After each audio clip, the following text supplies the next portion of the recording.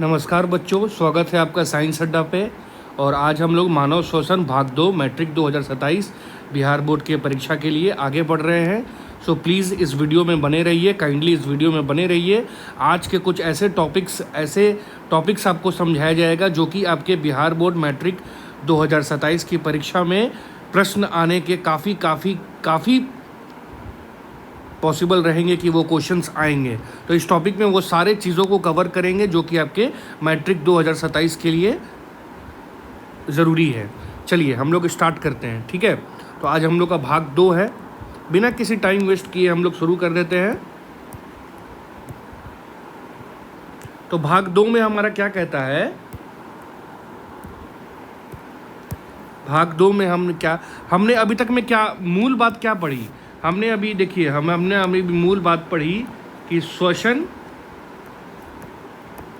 और कोशिकीय श्वसन में क्या अंतर है। अभी तक में हमने इसका मैं पार्ट 1 भाग 1 डाल चुका हूँ। अगर आपने नहीं देखा है तो प्लीज़ अभी जाइए साइंस अड्डा बिहार बोर्ड पे और भाग 1 को देख लीजिए। और उससे पहले एक और परिचय वीडियो मैंने डाला है मानव श्वसन में।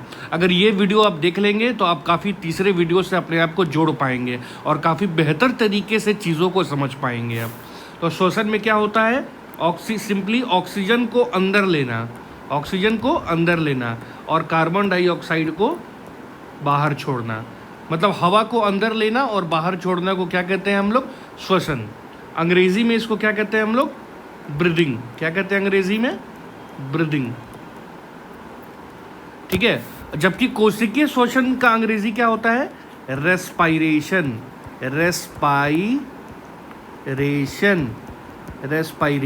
क्लियर कट बात है।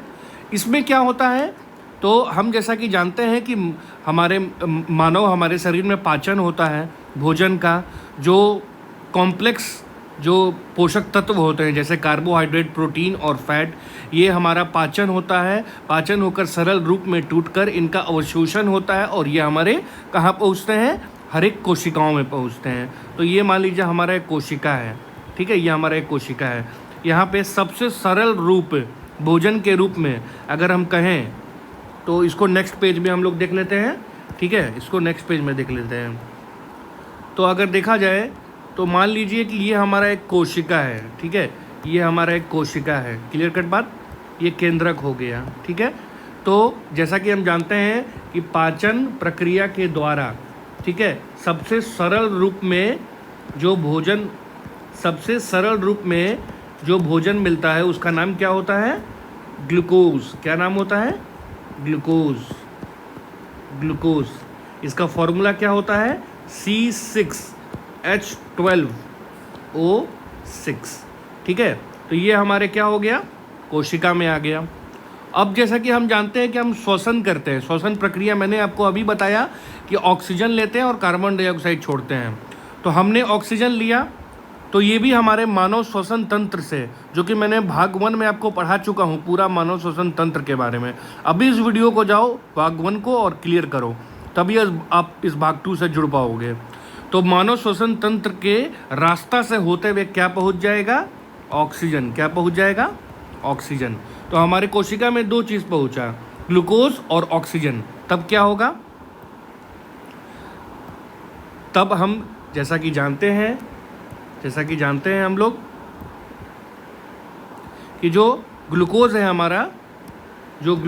हमारा मतलब C6H12O6, ये ऑक्सीजन के मौजूदगी में टूटेगा और क्या बनाएगा, ऊर्जा। क्या बनाएगा, ऊर्जा किस रूप में बनाता है, हम जानते हैं ATP। ये आप अपने परीक्षा में ज़रूर लिखें, ठीक है। एग्जामिनर इन सब चीज़ों को भी देखता है। आप अगर लिख देंगे कि ऊर्जा ATP के रूप में दिखाता है तो आपको ज़्यादा बेहतर तरीके से उसमें देखा जाएगा नंबर के रूप में, ठीक है, अंक के रूप में। साथ में और क्या बनाता है, CO2 मतलब कार्बन डाइऑक्साइड, और साथ में क्या बनाता है, वाटर यानी H2O, ठीक है। इसी पूरी प्रक्रिया को, इस पूरे रिएक्शन को, इस पूरे प्रक्रिया को हम लोग क्या कहते हैं, इस पूरे प्रक्रिया को ही हम लोग क्या कहते हैं, कोशिकीय श्वसन, ठीक है, कोशिकीय श्वसन, ठीक है। अंग्रेजी में इसको क्या कहते हैं हम लोग, रेस्पिरेशन, हम उम्मीद करते हैं कि आपको कोशिकीय श्वसन रेस्पिरेशन आपको क्लियर समझ में आ गया होगा। हमने भाग 1 में बात कर चुका हूँ कि हवा आपके ठीक है नासा छिद्र के द्वारा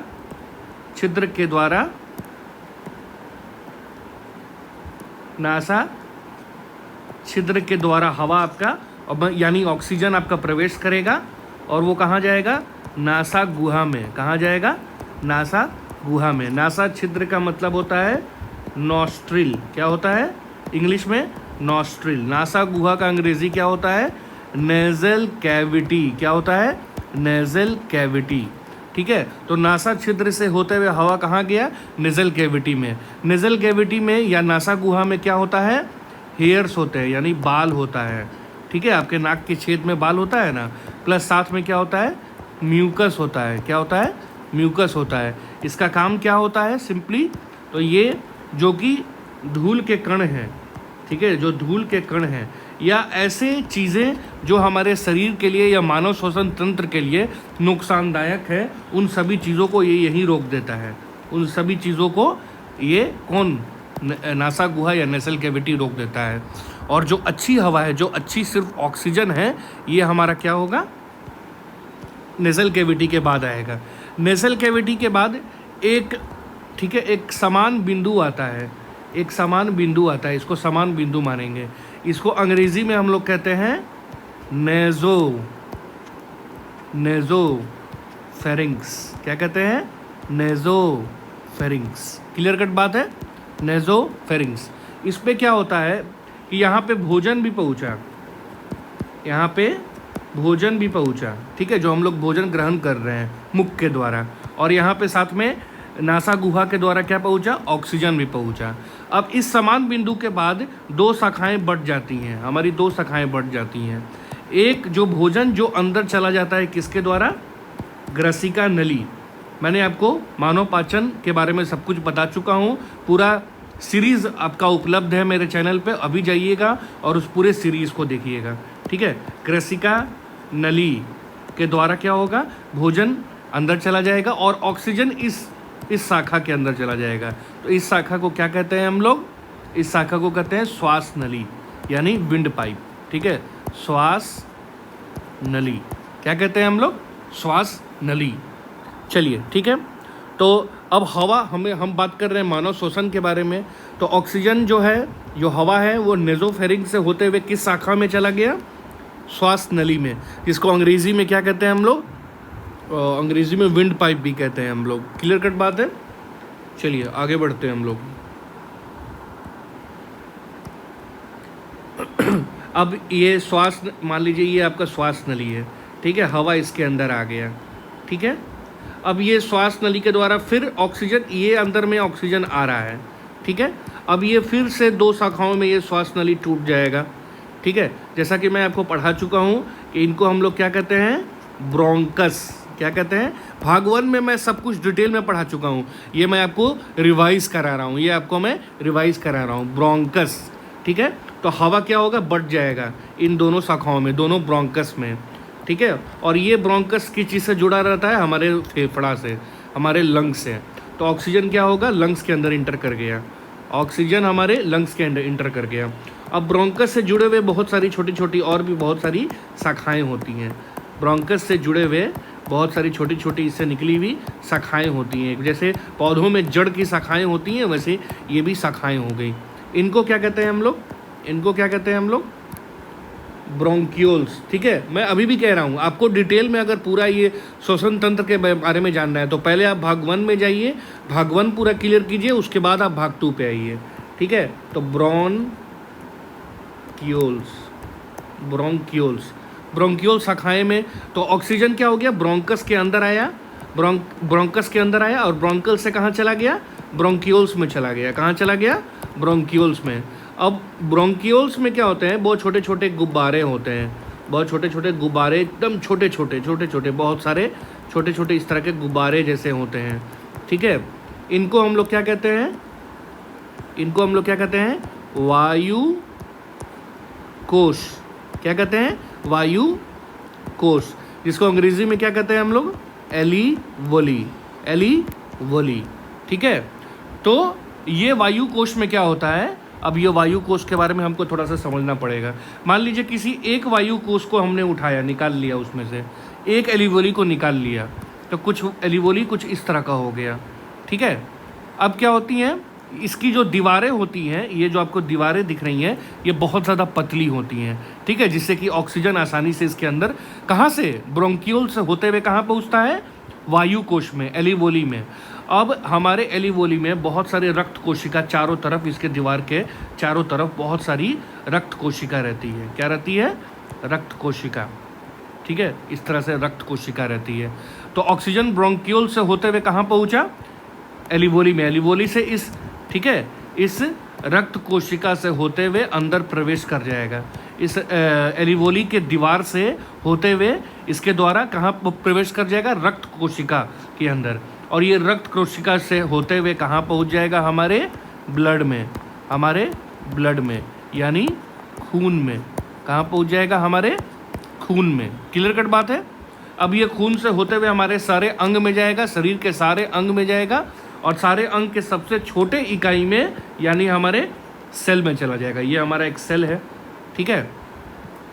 सेल में क्या पहुंच गया, ऑक्सीजन पहुंच गया, ठीक है। अब यहाँ हमको पता था, ये हमारा यहाँ पे क्या है, C6H12O6, ये इसको तोड़ेगा और यहाँ से क्या निकलेगा, ऊर्जा। क्या निकलेगा, ऊर्जा। और इसी प्रक्रिया को हम लोग क्या कहते हैं, कोशिकीय श्वसन। यहाँ तक की बात क्लियर है। जब ये कोशिकीय श्वसन होता है तो साथ में ये भी निकलता है कार्बन डाइऑक्साइड, CO2। तो CO2 क्या होगा, ये रिलीज होगा, ये निकलेगा, और ये कोशिका से निकलते हुए खून में जाएगा, और खून से हो, ठीक है, CO2 ब्लड से होते हुए कहाँ जाएगा, खून में, और खून से रक्त कोशिका से होते हुए पहुँच जाएगा वायु कोश में। अब वायु कोश से होते हुए कहाँ जाएगा, ब्रोंकियोल्स में।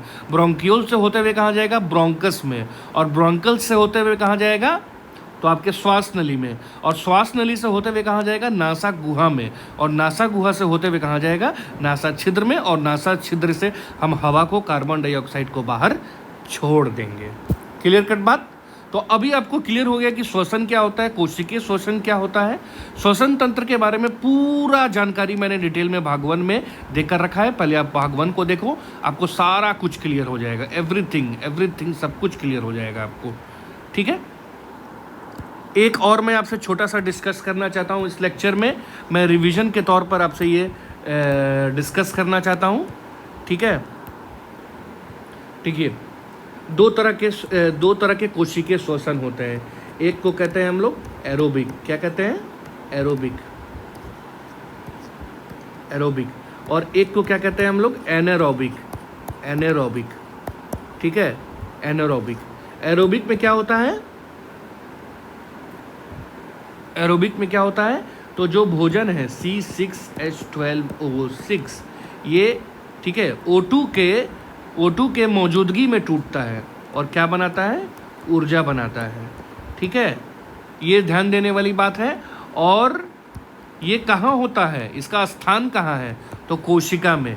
और कोशिका में भी कहाँ पे होता है, तो एक जगह खास स्थान है जिसको हम लोग कहते हैं माइटोकॉन्ड्रिया। ये खास बात है। ये सारी पॉइंट्स आपको एग्जाम में लिखना है, ठीक है। एरोबिक श्वसन में क्या हो गया, तो आपका भोजन सरल रूप में ऑक्सीजन के मौजूदगी में टूट कर क्या बनाया, ऊर्जा बनाया। और कोशिका के किस स्थान पर हो रहा है, ये माइटोकॉन्ड्रिया हो रहा है। ऊर्जा किस रूप में निकलता है, ATP के रूप में निकलता है। ये सारे पॉइंट्स आपको लिखना है। ये किसके अंदर होता है, एरोबिक श्वसन में। क्लियर कट बात, कोई दिक्कत नहीं। ये आपको याद रखना है कि ऑक्सीजन के मौजूदगी में एरोबिक हो रहा है, ठीक है। अब आते हैं हम लोग एनारोबिक पे। चलिए अब हम लोग आते हैं एनारोबिक पे। इंग्लिश में भी मैं लिख सकता हूँ एनारोबिक, ठीक है। तो अब ये क्या हो गया, ऑक्सीजन आया कोशिका के अंदर में, नहीं मुझे माफ़ कीजिएगा, एक सेकेंड मुझे टाइम दीजिए। कभी कभी क्या होता है कि जब हम बहुत ज़्यादा कसरत करते हैं, बहुत ज़्यादा एक्सरसाइज करते हैं, या कभी बहुत ज़्यादा हम लोग शरीर को मतलब ज़्यादा से ज़्यादा हम लोग उसका इस्तेमाल करते हैं, तब क्या होता है कि ऑक्सीजन तो हमेशा हमारे कोशिकाओं में पहुंच रहा है और भोजन को तोड़कर ऊर्जा बना रहा है। तो जब कोई ज़्यादा मेहनत वाला काम करेंगे तो ऊर्जा ज़्यादा से ज़्यादा रूप में निकल जाएगा, ठीक है। और ऑक्सीजन भी उतना टूटता जाएगा, मतलब ऑक्सीजन क्या होगा, भोजन को तोड़ते जाएगा, है ना। तो कभी कभी क्या होता है, जब ज़्यादा मेहनत करते हैं, जब ज़्यादा शरीर पर जोर बढ़ता है, तब क्या होता है कि भोजन तो हमारे पास है, कोशिका में, 1 सेकेंड, कोशिका में क्या हो रहा है,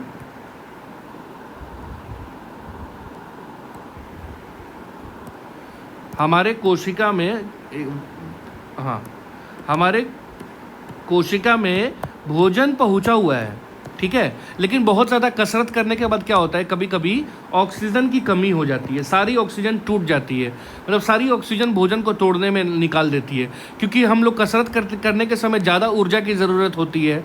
जब कोई काम हम ज़्यादा मेहनत करेंगे तो ज़्यादा हम लोग को ऊर्जा चाहिए, ज़्यादा ऊर्जा के लिए हम लोग को ज़्यादा ऑक्सीजन चाहिए, तो सारा ऑक्सीजन इस भोजन को तोड़ने में निकल जाता है ज़्यादा मेहनत वाले काम में, ठीक है।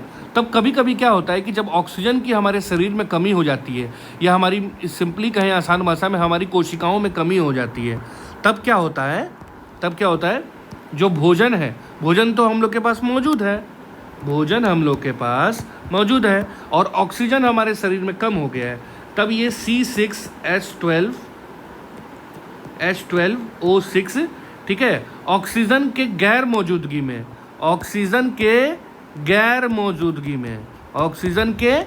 मौजूदगी में ये टूट जाएगा किस चीज़ में, लैक्टिक एसिड, ठीक है। आप सुने होंगे लैक्टिक अम्ल में टूट जाएगा, ठीक है। ये लैक्टिक अम्ल कहाँ हमारे जमा हो जाएगा, हमारे मांसपेशियों में। कहाँ जमा हो जाएगा, हमारे मांसपेशियाँ में। इसीलिए जब ज़्यादा कसरत करते हैं तो हमारे मांसपेशियों में कुछ दर्द जैसा महसूस होता है, ठीक है। तो ऑक्सीजन की जब कमी हो जाएगी तो भोजन डायरेक्ट टूटेगा, और डायरेक्ट टूटकर क्या बना देगा, लैक्टिक अम्ल, ठीक है। और ये लैक्टिक अम्ल क्या होता है, हमारे जो मसल सेल्स होते हैं, जो हमारे मांसपेशियाँ कोशिकाएं होते हैं, उनमें ये क्या हो जाता है, इकट्ठा हो जाता है, ठीक है। इसका मतलब यहाँ पे भोजन जो है वो ऑक्सीजन के गैर मौजूदगी में टूट रहा है, ठीक है, पहली बात। दूसरी बात, ये माइटोकॉन्ड्रिया में नहीं हो रहा है, ठीक है। जब भोजन ऑक्सीजन के गैर मौजूदगी में टूटता है, जब भोजन ऑक्सीजन के गैर मौजूदगी में टूटता है, और जब गैर मौजूदगी में टूटता है, ठीक है, और माइटोकॉन्ड्रिया में नहीं टूट रहा है, माइटोकॉन्ड्रिया में नहीं हो रहा है, ये कहाँ हो रहा है, हमारे कोशिका में। ये कोशिका हो गया, ये केंद्रक हो गया। तो ये जो आपको एरिया दिख रहा है, ये जो आपको पूरा ये जगह आपको दिख रहा है, इसको हम लोग क्या कहते हैं, हम लोग साइटोप्लाज्म। क्या कहते हैं, साइटोप्लाज्म। ये मैं आपको कोशिका चैप्टर में पढ़ाऊंगा, ठीक है। अगर आपको वीडियोस मेरे साथ बने रहना है, और आपको अगर पूरा बिहार बोर्ड मैट्रिक 2027 की परीक्षा की तैयारी करनी है, तो पूरे साल आप मेरे साथ बने रहिए। आपको एक से एक तरीके से समझाया जाएगा, आपको नोट्स दिया जाएगा, आपको सारे लघु उतरिए, दीर्घ उतरिए, और MCQ प्रीवियस ईयर क्वेश्चंस बताया जाएगा, सब कुछ होगा। बस आपको मेरे साइंस अड्डा बिहार बोर्ड पे जाना है और सब्सक्राइब करना है, और हमेशा मेरे साथ बने रहना है। अगर आप सब्सक्राइब करेंगे तो हर वीडियो का नोटिफिकेशन आपके पास पहुंचते रहेगा, ठीक है।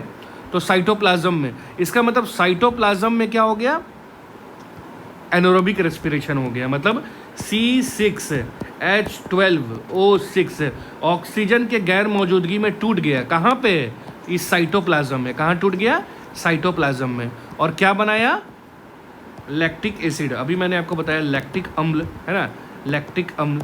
ये हमारे मांसपेशी कोशिकाओं में क्या हो जाता है, इकट्ठा हो जाता है, जिसकी वजह से जब ज़्यादा कसरत करने के बाद जब हम आराम करते हैं तो मांसपेशी में हमें खिंचाव महसूस होता है, यही वजह है, ठीक है। चलिए, तो यहाँ तक हमने क्लियर कर दिया। मुझे लगता है कि भाग 3 एक और आपको ज़रूरत है, ठीक है। आपको एक छोटा सा चीज़ बताना है, ठीक है। उस टॉपिक का नाम है हिंदी में क्या उसे कहते हैं, 1 सेकंड मुझे टाइम दीजिए। हिंदी में इसे कहते हैं हाँ, हमें अब पढ़ना है अंतः श्वसन। अंतः श्वसन, जो हमने ऑक्सीजन अंदर लिया उसको क्या कहते हैं? अंतः श्वसन। और निःश्वसन, क्या बोल रहे हैं? निःश्वसन। जो हमने CO2 बाहर छोड़ा इसको क्या कहते हैं? निःश्वसन। लेकिन इसके बारे में अभी हमें पूरे डिटेल जानना है कि अंतः श्वसन क्या होता है, पूरा डिटेल, और निःश्वसन क्या होता है। ठीक है, आपको भाग 3 जल्द ही अपडेट कर दिया जाएगा, जल्द ही डाल दिया जाएगा, उपलब्ध रहेगा। तब तक आपका क्या काम है कि श्वसन का एक मैंने परिचय वीडियो बनाया है। पहले उस परिचय वीडियो को देखें आप, आपको बहुत सारी बातें क्लियर हो जाएंगी। ठीक है, जो आज मैंने बोला है वो सारी बातें डिटेल में बताई गई हैं। जब ये आप कर लोगे, ठीक है, तब आप भाग 1 कवर करना। जब भाग 1 कवर कर लोगे तब आप क्या कवर करना? भाग 2 और भाग 3 लेकर हम जल्दी आएंगे, जिसमें आपको अंतः श्वसन और निःश्वसन के बीच में सारी चीज़ों को समझाया जाएगा। और आपको मेरे साथ जुड़े रहना है। और जो भी नए आ रहे हैं मेरे चैनल को सब्सक्राइब कीजिए, जो पुराने हैं मेरे चैनल को लाइक कीजिए, मेरी वीडियोस को लाइक कीजिए और मेरे साथ पूरा साल बने रहिए, क्योंकि हम आपको मैट्रिक 2027 बिहार बोर्ड परीक्षा के लिए तैयार कर रहे हैं। सिर्फ तैयार नहीं कर रहे हैं, आपको एक अच्छा विद्यार्थी बनाने की भी कोशिश हम करेंगे। ठीक है, तो आपको बने रहना है मेरे साथ। ठीक है, हमेशा सकारात्मक सोचना है। और आपको मैं धीरे धीरे नोट्स भी प्रोवाइड करूंगा। ठीक है, आपको मैं प्रीवियस ईयर क्वेश्चन भी प्रोवाइड करूंगा। सब धीरे धीरे आपको होगा, बस आपको जुड़ा रहना है मेरे साथ। ठीक है, आपको अभी जाइए साइंस अड्डा बिहार बोर्ड पे क्लिक कीजिए, वहाँ पे मेरे वीडियोस को देखिए। वहाँ पे मानव पाचन की सीरीज़ डाली हुई है और ये सारी वीडियोस डाली हुई है, अभी उसको देखें। ठीक है, और ऑल्सो शेयर भी करें। चलिए, तो हम लोग भाग 3 में मिलते हैं। धन्यवाद।